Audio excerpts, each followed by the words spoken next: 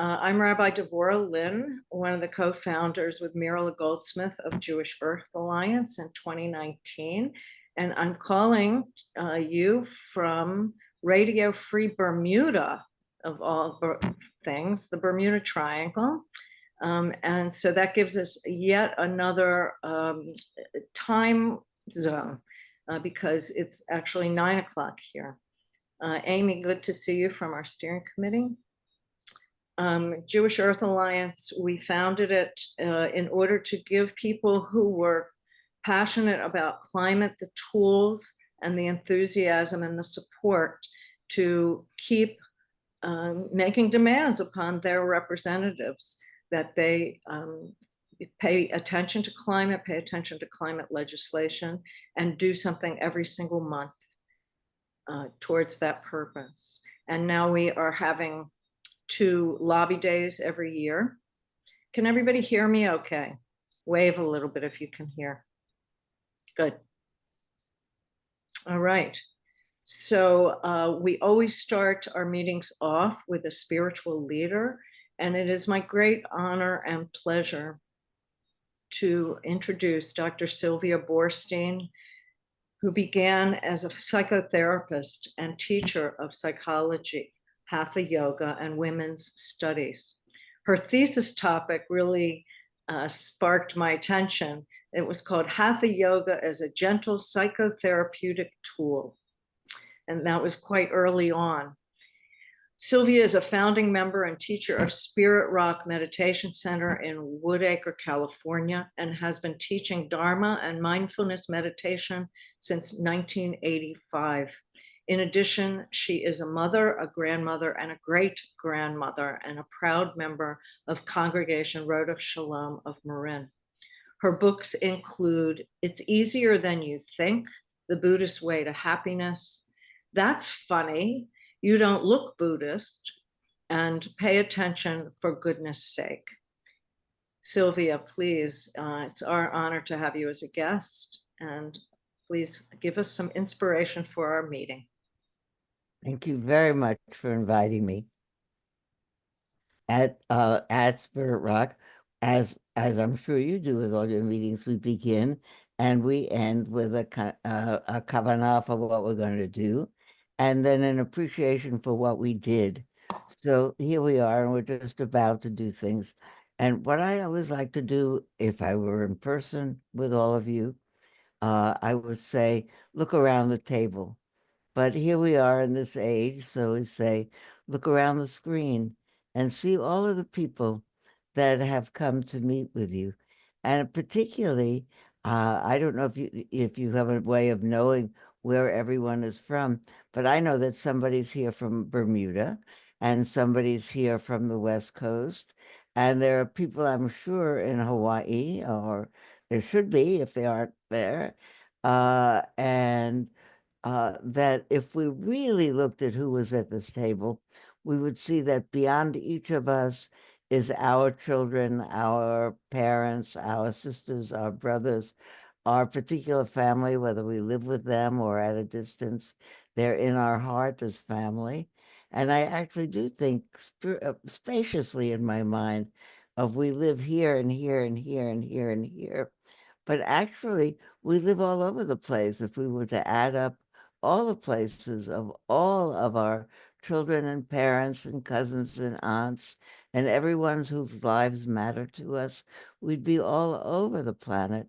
And so I think I always get a wonderful feeling about how much the web of our broadcasting goodwill really follows the web of who's connected to who's connected to who. And every time I look at a lot of people and I realize I see one person, but behind them I see a whole crowd of all of their people. And besides that, all of their forebears. So my mother and father, both of blessed memory a long time, are also here. They're part of my committee and my teachers, and the number of and my great-grandchildren who are also along for the ride, and for how much joy and excitement and dedication they give to me, as you all have. So I just want you to look around to the people that we can see here. in our cosmic room. See here in this video room, see how many people are really here, and behind them into the future through each person, all the people that we are connected to. See if you can see each one of them, and the people are invisible to our eye, but who we intuit are out there somewhere.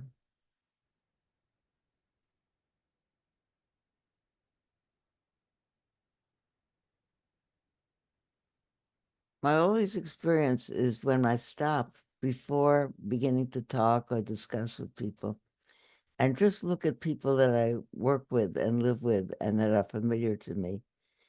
I feel so good about the fact that I am connected to people of really goodwill and that they are. Does anybody hear that peculiar high-pitched voice? Nobody hears it? That's good.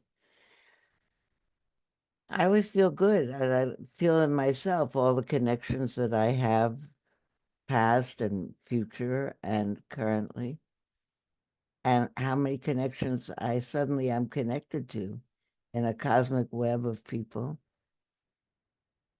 And as I say that and look at people, and I imagine the webs of people that everyone has brought into the room, I have a very good feeling about here are people who want to do something good in the world. And looking around at all the people that you see on your screen, to be able to say in your mind and wish out of your heart, may you all thrive. May you all be well.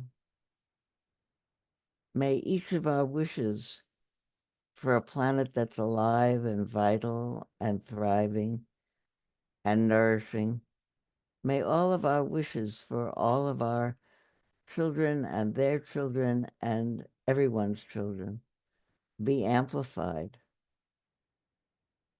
And may we dedicate ourselves with all of our goodwill and all of our intentionality to being a part of that thriving.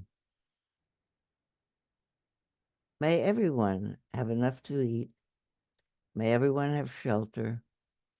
May all beings have habitats that keep them warm and dry.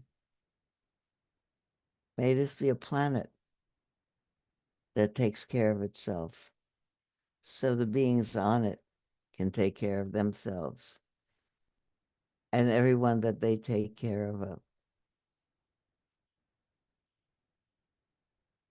So I'll invite you to look around at all the people at the table, or at the table that's set before.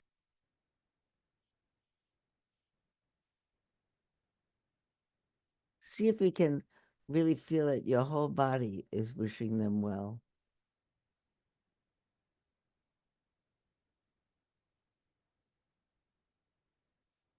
We want particularly to move in us from the sense of ourselves in this house,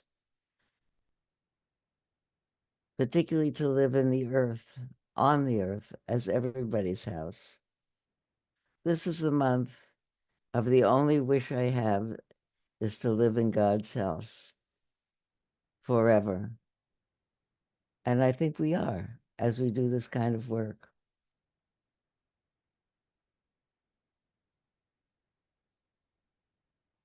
Thank you for asking me to greet you. And I wish you all great success in all your endeavors. Mm. Can you hear that song? So yeah, thank you so much for that beautiful blessing. You talked about Ladorvador from generation to generation. Wonderful. Um, I did forget actually in my welcome to ask people to sign in and say where you're zooming in from. And if there's an organization that you're part of, let us know that, or congregation. That would be lovely if you would do that. So thank you so much. It's an honor to have you with us tonight. I wanted to remind you all that Sunday, September 21st, the autumn equinox, is Sunday, Bill McKibben's third act worldwide event to celebrate renewables, particularly wind and solar. So be sure to spend some time and effort at your local programs. There are local programs running all over the place, and bring friends from all generations if you can. I'm wondering if we can put in the website for that, thethirdAct.org/Sunday. It will give you all the information you need, and you can find out what is going on all over the globe, wherever you might be. Good. People are starting to signing in. Heidi from Berkeley. Is that your Heidi, Sylvia? No, I don't know. Oh no, it's Heidi Nelson. Yeah. I'm usually, well, now I have moved from Washington, D.C. to Berkeley, but tonight I'm in Bermuda, for those of you who just signed on. So I've added another time zone. It's 9:12 here. So I'd like to introduce our speaker tonight, our expert speaker. Sean Garren Decray is the Chief Program Officer and directs Vote Solar's programmatic work across the country from his home in Boston. He's worked on campaigns to expand solar goals, strengthen net metering, and expand access to and benefits from solar in low income and communities of color. Prior to joining Vote Solar, he was the legislative director at Fair Share, and previous to that, the clean energy advocate at Environment America. Sean grew up in Brookline, Massachusetts, and majored in government at Dartmouth College, and interned in Washington, D.C., where he majored in navigating the halls of Congress, which sounds very familiar to me and Mirala Goldsmith, because when we first started this, we hand delivered letters from all across the country to their representatives and walked those marble halls until the pandemic closed it down. But it was good coming out of bad, because our video, our virtual presence is so much bigger. So thank you very much, Sean, for joining us tonight. And let's talk about our Action Alert efforts. Thank you so much for having me, and I'm super excited to see there was someone else from Brookline here, or at least someone who lives in Brookline. I no longer do, but I'm nearby.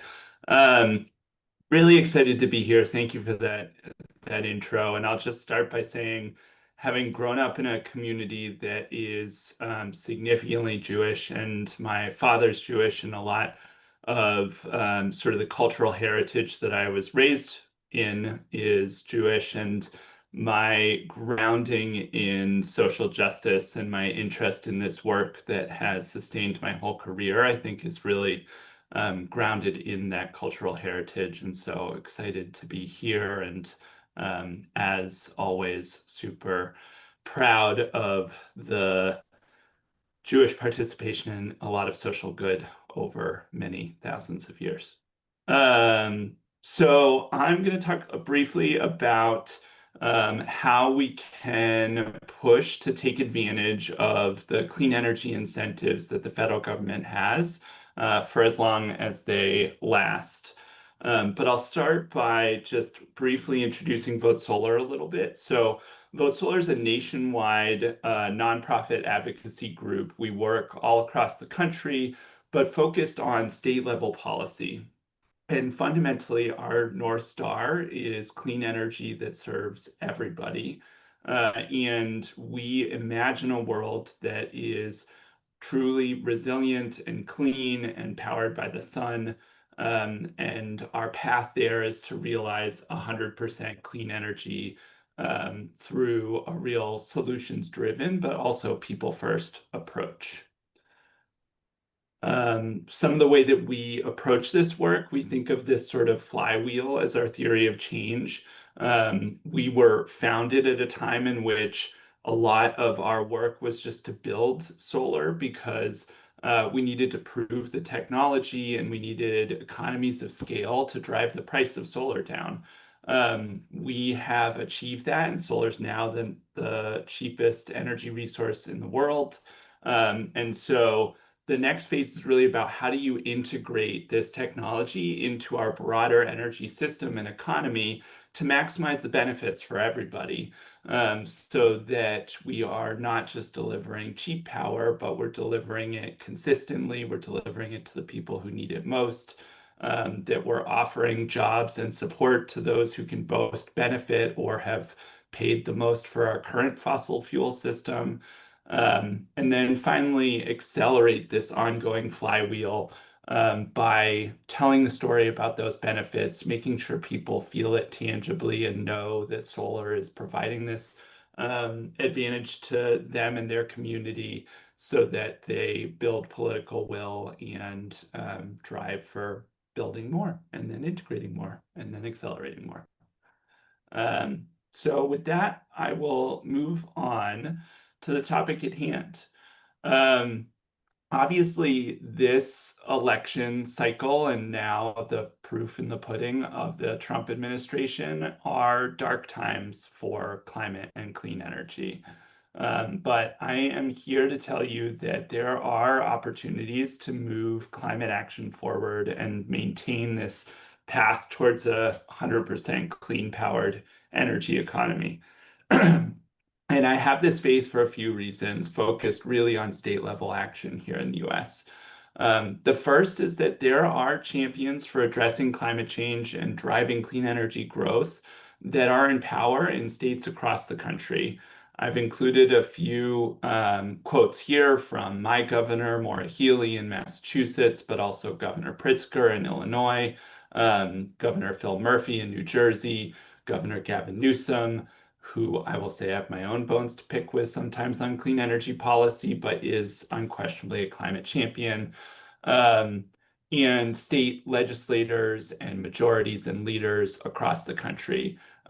We still have allies who have a real power to deliver.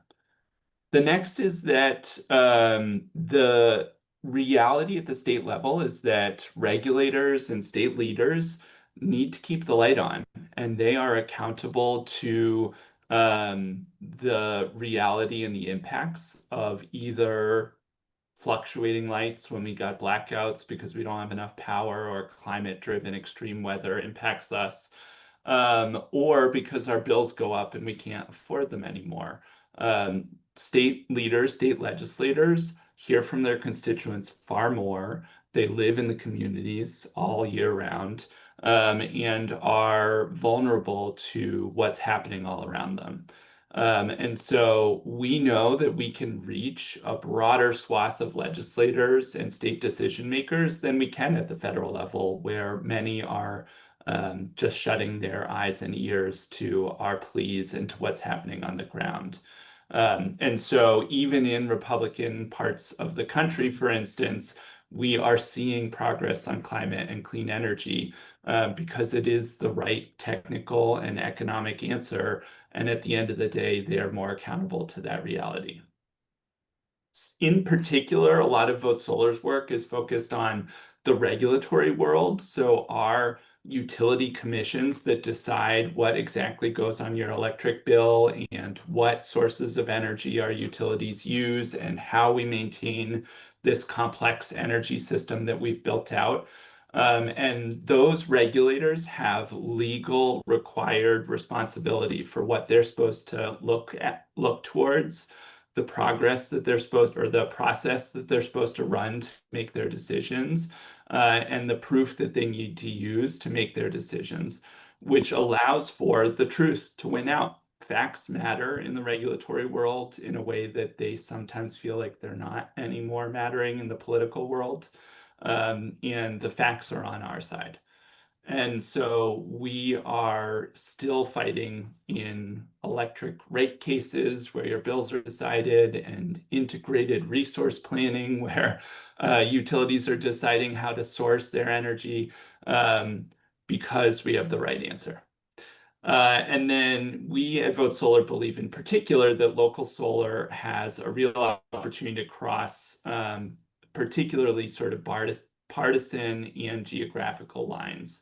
It has benefits to offer rural communities and urban communities. It is something that can allow people to create a larger amount of energy independence for themselves. Republicans hate their utilities as much as Democrats do. So it allows us to reach a broad set of folks who maybe wouldn't listen to an argument based on climate change, unfortunately.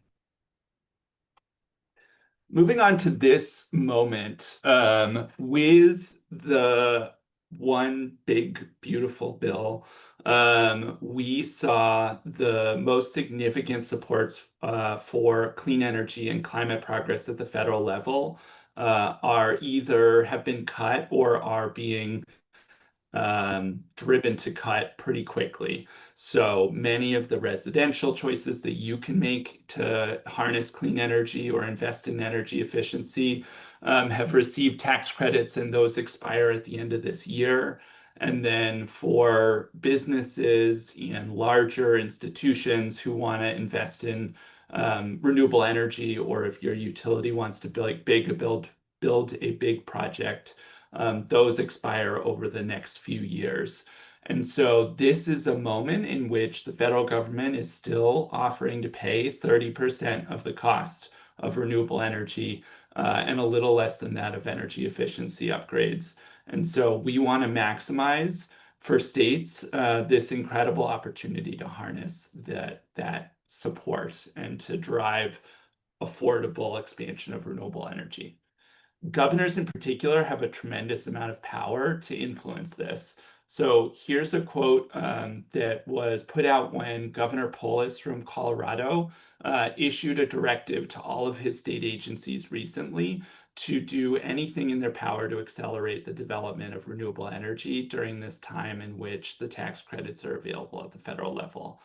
So the governor said, "Today we are taking action to ensure that Coloradans can easily access clean energy savings, especially ones that expire soon. We continue to do all we can to make people aware of how you can reduce costs on energy bills and keep money in your pocket. That's what the launch of this new tool and executive action are all about." Governor Polis needs continued pressure to follow through on this and support to show as he pushes for decisions that may not be universally popular in order to accelerate this movement, and other governors can copy his lead. Thinking through what some of the things governors can do, I'll just say that a huge amount of energy policy is decided at the state level. These tax incentives and some programs to sort of pilot or expand parts of our climate progress are important at the federal level. But fundamentally, what energy source is being chosen, what's being built, how it gets built, where and when it can get built, most of that is decided at the state level, and governors have the most influence at the state level of any single person. So they're a great target for action. They're also more universally known than anybody else. So if you're talking to your neighbors or friends, it's easier to have them think about talking to their governor or sending a letter than it can be for their local legislator or, God forbid, their regulators, who are very important, but sadly, deeply unknown. So in addition to Governor Polis, I would just highlight we have seen in California recently that Governor Newsom has been working with regulators to accelerate their procurement of clean energy. So they're taking sort of a special auction for clean energy at the state level to try and sign contracts that will help projects to have the confidence they need to start development and hit the timelines for these tax credits. In addition, in Illinois, they are looking at collapsing some of their programs that were supposed to phase over a number of years into a much shorter cycle in order to really hit the ground running and develop as much as quickly as possible. Those are some of the core things that folks can do at the state level. So to highlight some of these tools, I'd say a big one is procurement. So fundamentally choosing what energy sources you're going to contract for and pay to get built to supply your energy needs. States have a fair amount of control over that, either through renewable portfolio standards, where they set a core goal for how much they want to get from renewable energy, or through their utility regulations and how they decide on procuring energy. They can be making decisions now to give developers and communities the confidence that they need to start building and to hit the timelines and benchmarks they need to qualify for tax credits. Marketing, especially for choices that we as citizens can make, can be a huge advantage for the state. The more that they are talking about the importance of investing in energy efficiency and solar, they can really provide credibility and visibility for the fact that this is an option for you and for your community. Permitting and interconnection are just two of the major barriers to going solar or to building renewable energy. We know it can be very hard to get the permits, either because of bureaucratic red tape that can take a long time, or through, the not in my backyard movements, which in some cases are important and need to be respected, but in many cases can really gum up the system and make it very hard to build. Similarly, interconnection is a process where the utilities decide what investments they need to make, or they need to charge the developer to make, in order to host this system or this project. And there's a huge amount of timeline lag on that, where the utilities are just slow to decide what they need, to look into it and do the research, and then to actually build the things to allow projects to interconnect. And then finally, states can advocate at the federal level to try and improve this. We will have midterms in a year and a half, and there's a real opportunity for another crack at federal energy policy. And so just securing our governors as champions for clean energy can be a really powerful voice here. The last thing I'll say before I move to questions is, I think from my perspective, there are really three major crises that we're facing in our energy system right now that governors are paying attention to. And it's worth couching some of your advocacy within these frames. The first is energy affordability. Our electric bills, our energy is too expensive, and it's getting more expensive by the day. Electric rates have risen 29% in the last 4 years, which is significantly faster than inflation, which I think all of us know was fast enough already. And clean energy in this moment is still more affordable than fossil fuels, especially when the federal government is offering to pay 30% of the cost of that clean energy. But it'll remain the cheapest solution after that as well. And so we can ground progress in energy affordability. We're also facing a massively expanding energy demand from data centers, the growth of AI, as well as electrification of buildings and transportation. Our energy system is facing a crisis right now when it comes to having enough electricity and having that be affordable to fuel all of this new interest and new demand. And cities, states, governments, everybody's feeling the pressure to meet this moment and to do it in a way that isn't going to further exacerbate our rising electric rates. The reality is that there are massive wait lines for gas turbines and pipeline parts. We know permitting for gas plants and for gas pipelines is even harder than it is for clean energy projects, and for good reason, I would say, in this case. And so the only solution to meeting that rising demand quickly is going to be clean energy, and we need to be hitting the accelerator, I'll say, on that. And then the last I'd just say is that our energy system is old, and it's getting older by the day. And the realities of climate change and extreme weather mean that it's getting harder and harder to keep the lights on. It's getting harder and harder to not cause forest fires in California from sparking wires. Our energy system needs a huge amount of investment to be modernized. And renewable energy, and particularly local solar that's on your rooftop or in your communities, can actually offset a lot of the needed investment in that system and create some energy efficiency that could save us all a lot of money as we're re-envisioning our energy system. And so with that, I will stop what was probably a pretty rapid fire set of information and see if there are any questions I can answer. It was good, and I appreciate the slides because it helps to organize that big amount of information. So thank you very much. And you know, we record this on our YouTube channel, so we have more people coming on to look at that, and they'll be able to see these slides. So that's a really good thing. So thank you very much, Sean. Of course, I've always wanted to be an influencer, so now I'm on YouTube. There you go. Well, there you go. We've fulfilled your dream. So yeah, if you have a question, please put it in the chat. I can take some questions from the floor if need be, although I can't really look at I'll have to let my partners see about people having questions. Can we get copies of the slides? All of this is recorded and will be on our YouTube channel. So you'll be able to look through that, and you can take photos of the slides with your camera, with your phone. And I shared the slides with you, Melanie. You that's can absolutely copy those and send them around if you want. right. Okay.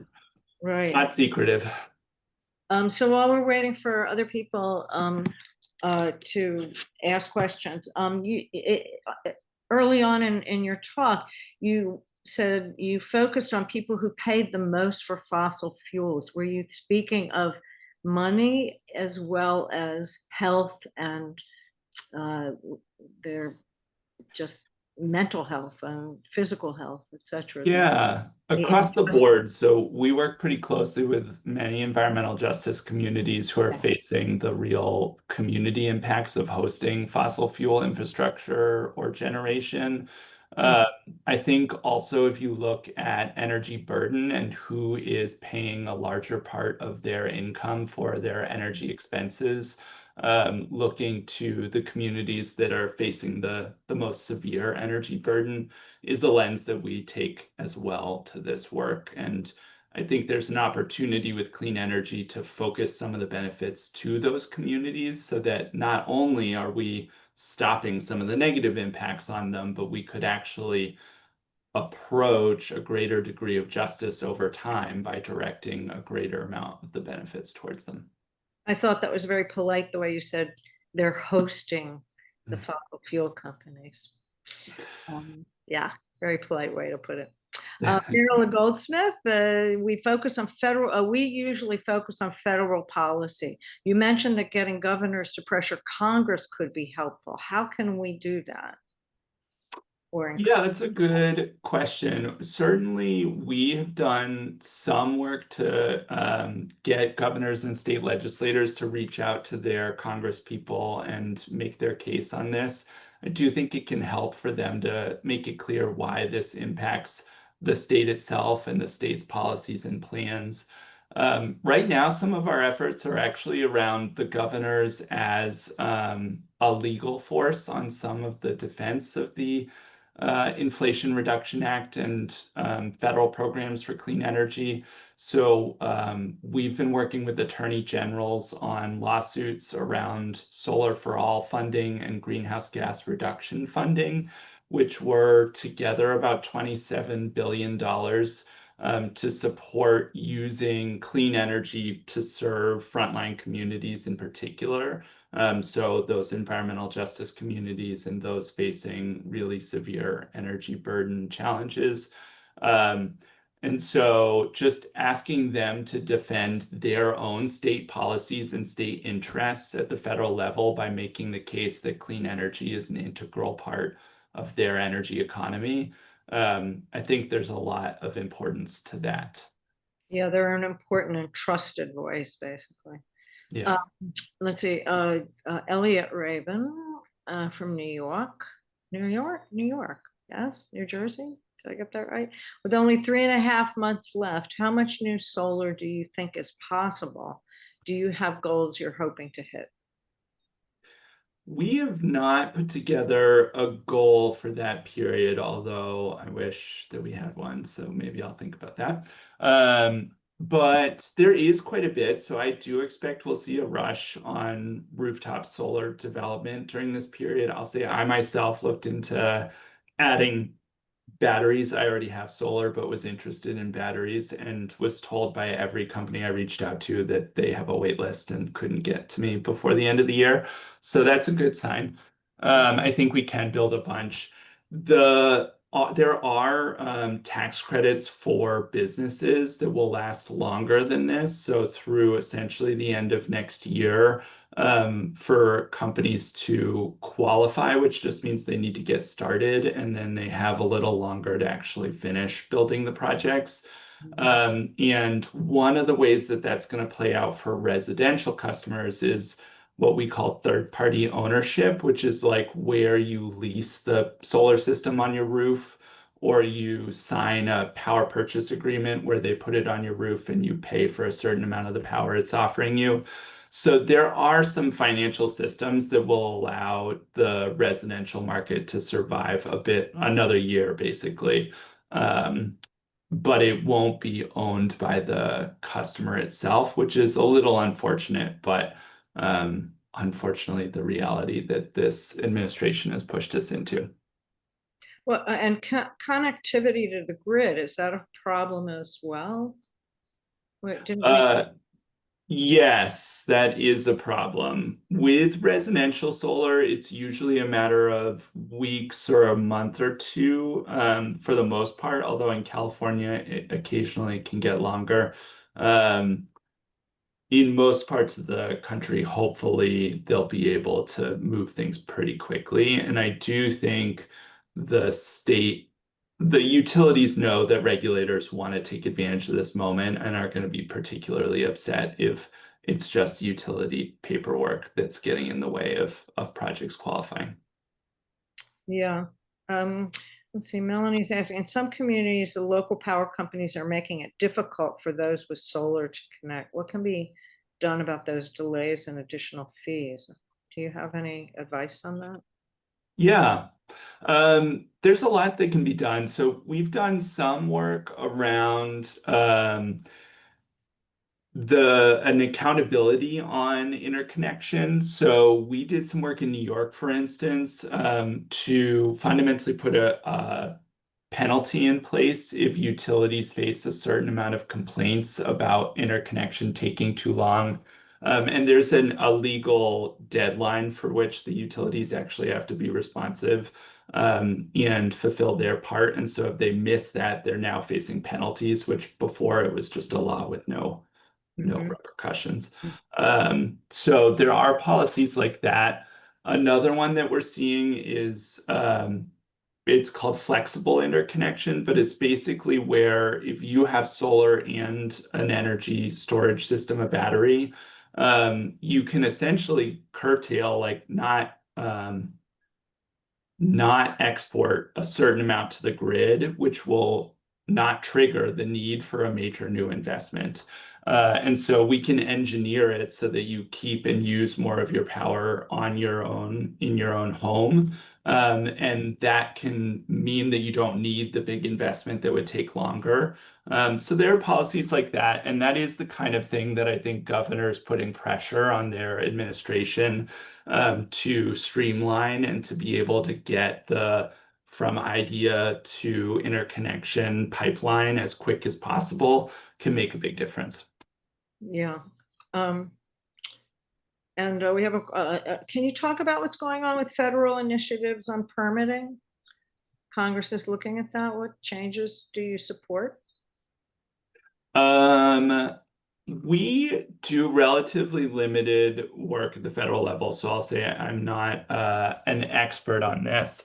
I do think on the whole that we shouldn't be cutting corners on environmental review in particular, especially professional federal environmental review, where we are looking at the science of the impact of projects, whether it's clean energy or dirty fossil fuels. So I'm not in favor of streamlining that part of our permitting process. I do think there can be work and support from the federal government to help negotiate with local communities and community voices to understand what the real concerns that folks have are and how those might be addressed and if those might be addressed, and sort of balance those against the overall policy need for these projects. But I don't think that's the kind of permitting reform that's being discussed right now. So on the whole, I'd be skeptical of anything that this administration would accept, unfortunately. Yes. Debbie Schwank is saying, I found Governor Murphy's quote very vivid. This is cold-blooded capitalism, not woke. In terms of how we are promoting our action alert, do you find that this to be the most effective message, the cold, hard cash effects? She says it seems that like it would be. I think it depends a little bit on who you're talking to, and you probably know your audience to a degree. I think, it's always important to speak authentically as yourself. I think that's what is going to help make your voice stand out in a sea of AI-driven comments that everybody's getting right now. And so you shouldn't feel like you need to put an air on that doesn't represent your views of the world. I do think you can weave in the arguments that that Governor Murphy has touched on, or that I touched on, around affordability, resilience, and the need for a lot more energy, so that you are speaking to some of the things that you know are top of mind and of the most concern for them. But I wouldn't censor yourself too much, with the, well, possible exception of some parts of the country where perhaps climate is a dirty word. But I also am kind of like, they know clean energy is a good thing for the climate. They know climate change is real. I'm a little skeptical that suddenly you're going to get completely written off just because you said climate. I mean, that's our modus operandi, is to add our story, our personal story to it, and our Jewish perspective on it. So Yeah, which I love and is so important to cut through the noise right now. Yes, exactly. Cut through the noise. Well, thank you so much, Sean. That was very informative and helpful for our action alert tonight. So I appreciate that you spent the effort and time at our meeting tonight. It's great. And I know you have a 2-year-old to run to right now. So we'll let you. Gotta do some cleanup before I go to bed. Get Yeah, ready for the morning. exactly. Right. Yeah, exactly. Yeah, thanks so much. We really appreciate it, and keep up the good work, the sacred, very sacred work. All right, thank you. Okay, well, we have our work cut out for us, and tonight we are shifting our focus from Congress to the states, and we have Dr. Phyllis Blumberg from our committee, our steering committee. What do we call it? Our steering committee. To fill us in on our action alert and give us instructions. So Phyllis, let me turn this over to you. Thank you, Devorah. And thank you, Sean, if you're still on. And thank you, Sylvia. So many good things were said tonight, and the slides were great.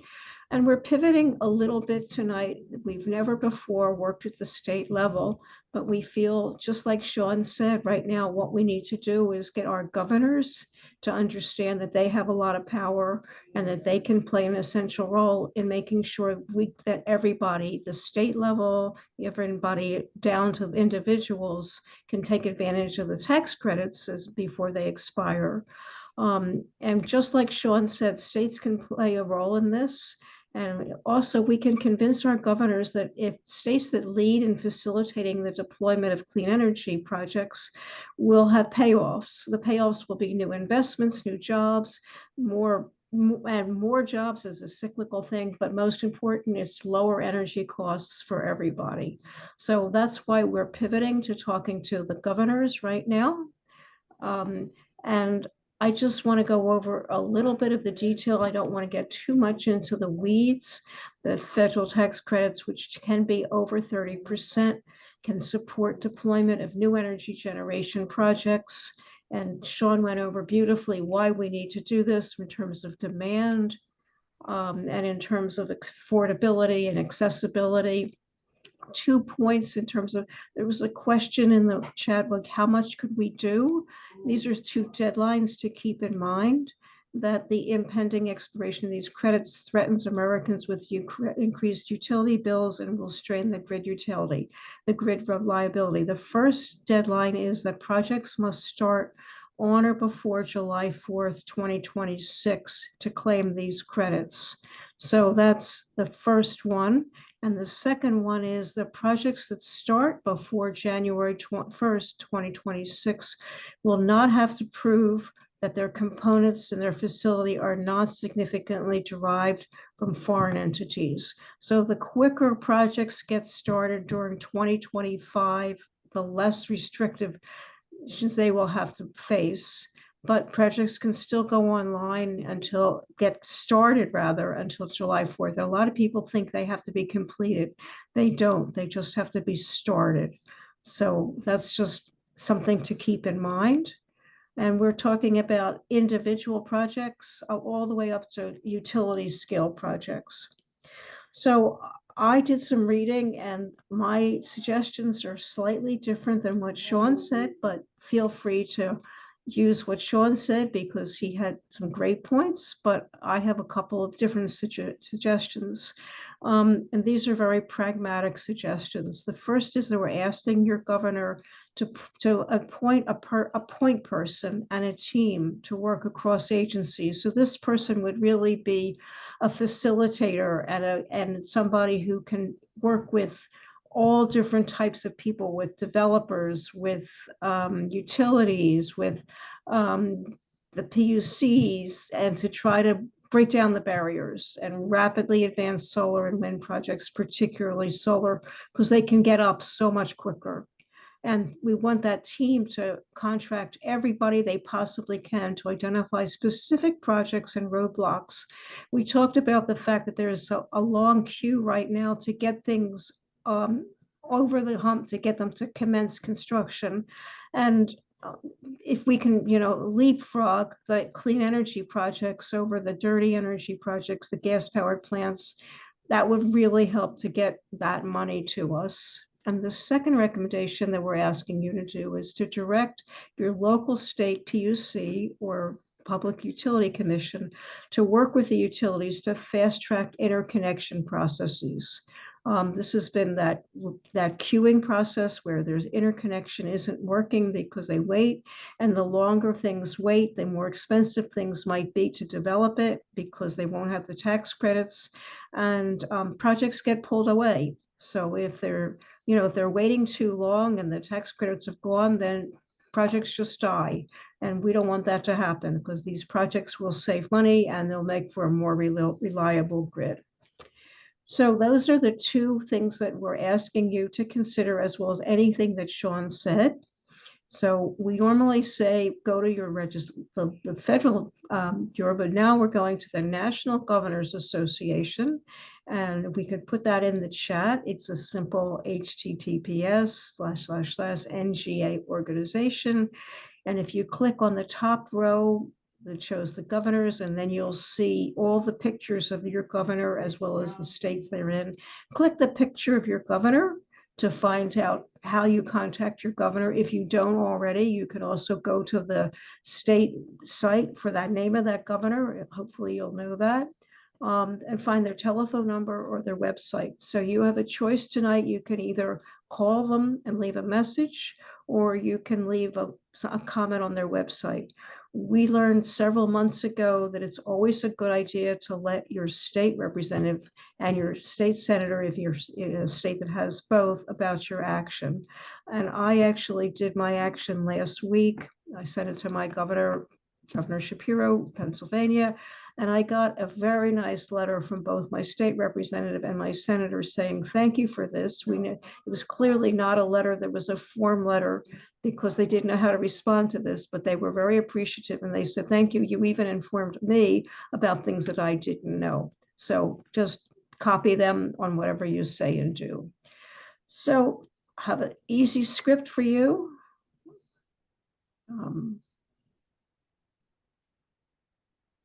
Next slide. Yeah, here we go. So call your governor or leave them a message and tell them that they play a very important part in maximizing the federal tax credits before they expire. And you can use any of the points that Sean raised or the points that I just raised. You want to ask them to appoint a senior point person and a team to work across agencies and barriers.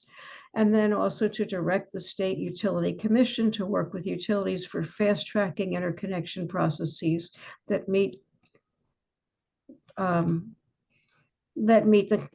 construction deadlines, January 1st to July 1st. And speak about this from your own point of view. Your electricity bills are going up. And you can talk about blackouts. You can learn more about blackouts. And then there's always a Jewish angle to all of this. And the Jewish angle that you can talk about is that the Bible commands us as Jews that when we hear about something that's wrong, and they give examples about an animal that's gone astray, but I would say a government that's gone astray, to call it out, to do something so that we can avoid the potential harm. Insert your own personal story, and then just end with, I urge you to prioritize our state's maximum energy tax credits. So it's a very simple ask, but it's something that I don't think is getting an awful lot of attention. The fact that both my state senator and my state representative wrote that were no new notes, not the sort of form letter that you get. It means that they're not aware of it themselves, and I suspect our governors are not aware of it either. So we will get quiet unless you have questions on how to contact your governor or what to say, and give you time to make some phone calls, or at least one phone call, or put it down in the chat, put a comment on their website. And maybe we can put the suggested script in the website, in the chat, and also how to find, I'll put in how to find your governor if you don't know it already. I just wanted to highlight that Rabbi Fred above, let's see if he just, above had some information about how Adama has extra money or has grants and loans to add to subsidies for putting in renewables. And so that's something that maybe you can you look at it in the chat after the meeting. So if there aren't questions, I will put it up again, but I just wanted to take the screen down for a moment so that if anyone did have a question to ask, but we hope you will get on the phone, and I'm going to put the little script up there again so you can see it. I don't think landlords or tenants know of this solar sharing possibility. Gail, what do you mean by the solar sharing possibility? As I said, we just installed solar in our house. We extra solar in our house. We've had solar for a very long time, since Jerry Brown the Younger, but we added to it. And I found out when doing my research, making sure that we had a non-Tesla batteries and panels that were made in America so that we could not have the export taxes. We discovered that this plan was in place with PG&E, that you can, if you have different tenants on your property, like different houses on your property, or tenants in an apartment building, that if you, the landlord, have a solar array, if you wanted, you could share that solar array output with your tenants without having to change the meters at all. It's kind of a complicated plan, but one can do it. Instead of charging, having PG&E charge each of the tenants for a separate, they would have the bill that they would get charged for the basic minimum. But if you would just add that on to your rent of what it would approximately be for your solar. And it's something that I don't think very many people know about who are tenants or landlords. It's a way that we can spread the possibility of having cleaner energy. That may be a state or a utility specific program, so people need to check that out. Some states are much more progressive than others in allowing these type of things to take place. Well, I'm in California, and this is just PG&E who has this. Right. Of course, you know, PG&E in California does not pay us practically anything for any electricity that we send back to them, which is why it's important to get the batteries so that you're using the electricity that you're generating yourself rather than sending it to PG&E and then having them send you electricity back.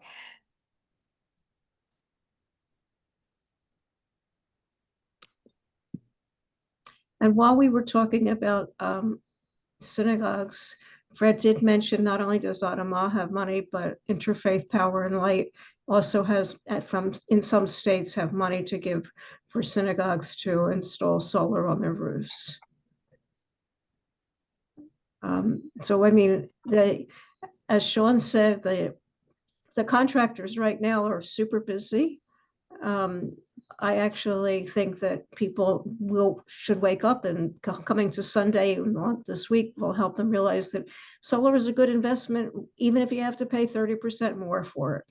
But anyway, you can get money from Adamah for a synagogue, or you know, whatever local utility or electric company is offering, take advantage of it. They may not be expiring. Our panels were made in Richmond, California.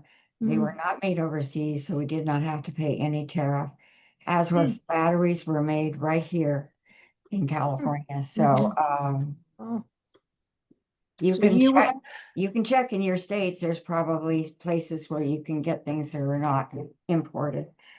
So that probably means you were able to get more than 30% then. You probably were able to get additional because you got American-made parts. That I don't know, but we do have we did have a credit that the state of California gave us, as well as the feds. Not as good as when Jerry Brown was governor way back when, and we had a very good credit for putting on our first solar. Well, it's almost 10 o'clock. I want to mind people's time, but I know that you may not be finished, and we're going to stay on another 15 minutes to finish up if you have questions, to schmooze a bit. But I just wanted to round out the evening with appreciation and gratitude for my steering committee that organizes everything that we do, our partners and allies and their persistence in spite of the challenges, and our speakers tonight, Sylvia Boorstein and Sean DeCray from Vote Solar. So thank you both very, very much, and thank you all very, very much for hanging in to the end to do the action alert and keep up the sacred work. I have a quote from Sylvia Boorstein that I'd like to end with. She said, "I like to say that my spiritual practice is the whole of my life. When people ask, what do you practice? I respond, I'm trying to keep my mind clear and alert so that my heart can be open to and respond with kindness and compassion to all parts of my life. I've recently changed from teaching mindfulness in everyday life to saying everyday life is mindfulness practice. There is no situation in paying careful, kind attention would not be the most helpful response." So I encourage you all to take a few minutes each day to sit. She said, don't just stand there, sit. And don't just do something, sit.